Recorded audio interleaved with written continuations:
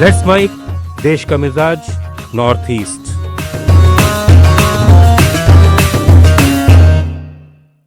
देश का मिजाज खबरें नॉर्थ ईस्ट से। आज सबसे पहले उत्तर पूर्व से एक फख्र की बात।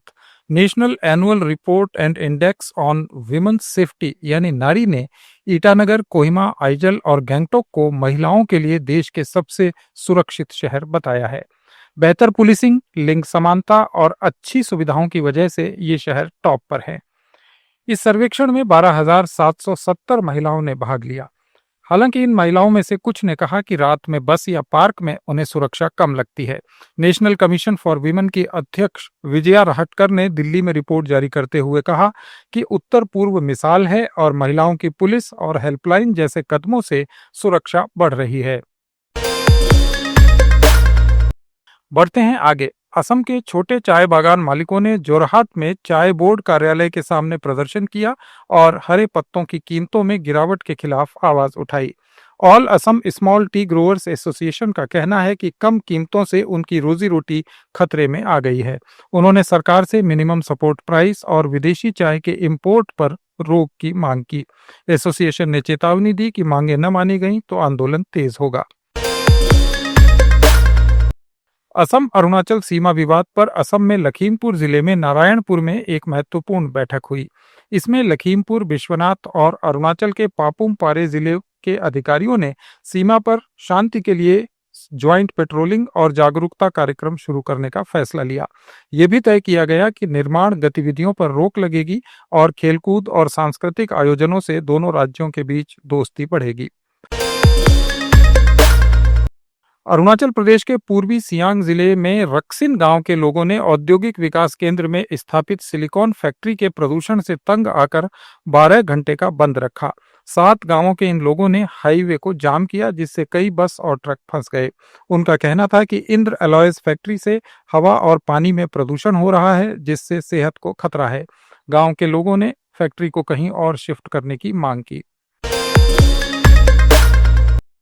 मेघालय के मुख्यमंत्री कॉनराड संगमा ने तुरा में हुई एक बैठक में मेडिकल कॉलेज, खेल और जल जीवन मिशन की प्रगति की समीक्षा की। बैठक में बताया गया कि तुरा मेडिकल कॉलेज तैयार है और शिलोंग मेडिकल कॉलेज में अगले साल से पढ़ाई शुरू हो जाएगी, जिससे नॉर्थ ईस्ट में 550 से ज्यादा डॉक्टर हर साल तैयार होंगे।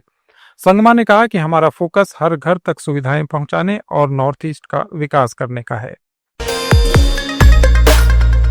मणिपुर के राज्यपाल अजय कुमार भल्ला ने इम्फाल में राज्य के हेल्थ केयर सिस्टम की समीक्षा की। उन्होंने अफसरों से कहा कि सरकारी स्वास्थ्य योजनाएं ठीक से लागू हों ताकि मणिपुर के हर नागरिक को अच्छी स्वास्थ्य सुविधाएं मिल सके। उन्होंने शहरी और ग्रामीण इलाकों में सस्ती स्वास्थ्य सेवाएं और बेहतर इंफ्रास्ट्रक्चर पर जोर दिया और कहा कि दूर दराज के और संघर्षग्रस्त इलाकों में ये बहुत जरूरी है। मणिपुर में सुरक्षा बलों ने जिरीबाम और इम्फाल वेस्ट में 2 उग्रवादियों को पकड़ा।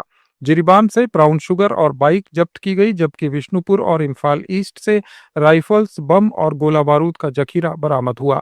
पुलिस ने उगाही करने वालों पर भी नकेल कसी है और मणिपुर पुलिस ने ट्रैफिक नियम तोड़ने वालों के खिलाफ कार्रवाई शुरू की है। मिजोरम के सिरछिप इलाके में बीएसएफ और नारकोटिक्स कंट्रोल ब्यूरो ने करीब 9,60,000 नशे की गोलियां जब्त की। इसकी कीमत करीब 144 करोड़ रुपए बताई जा रही है। ये ड्रग्स एक बोलेरो पिकअप से लाई जा रही थी। 3 लोगों को पकड़ा गया है। अफसरों का कहना है कि यह मिजोरम में पिछले 3 सालों में दूसरी सबसे बड़ी बरामदगी है। सरकार ने बताया कि पिछले 5 वर्षों में नशे के कारण 351 लोगों की मौत हो चुकी है, जिनमें 46 महिलाएं हैं। सबसे ज्यादा मौतें आइजल जिले में हुई हैं।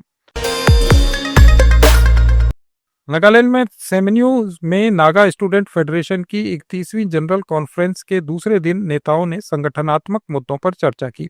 इससे पहले ग्रामीण विकास मंत्री मेट्सुबो जैमीर ने इसका शुभारंभ किया और फेडरेशन को नगा एकता का मजबूत स्तंभ बताया।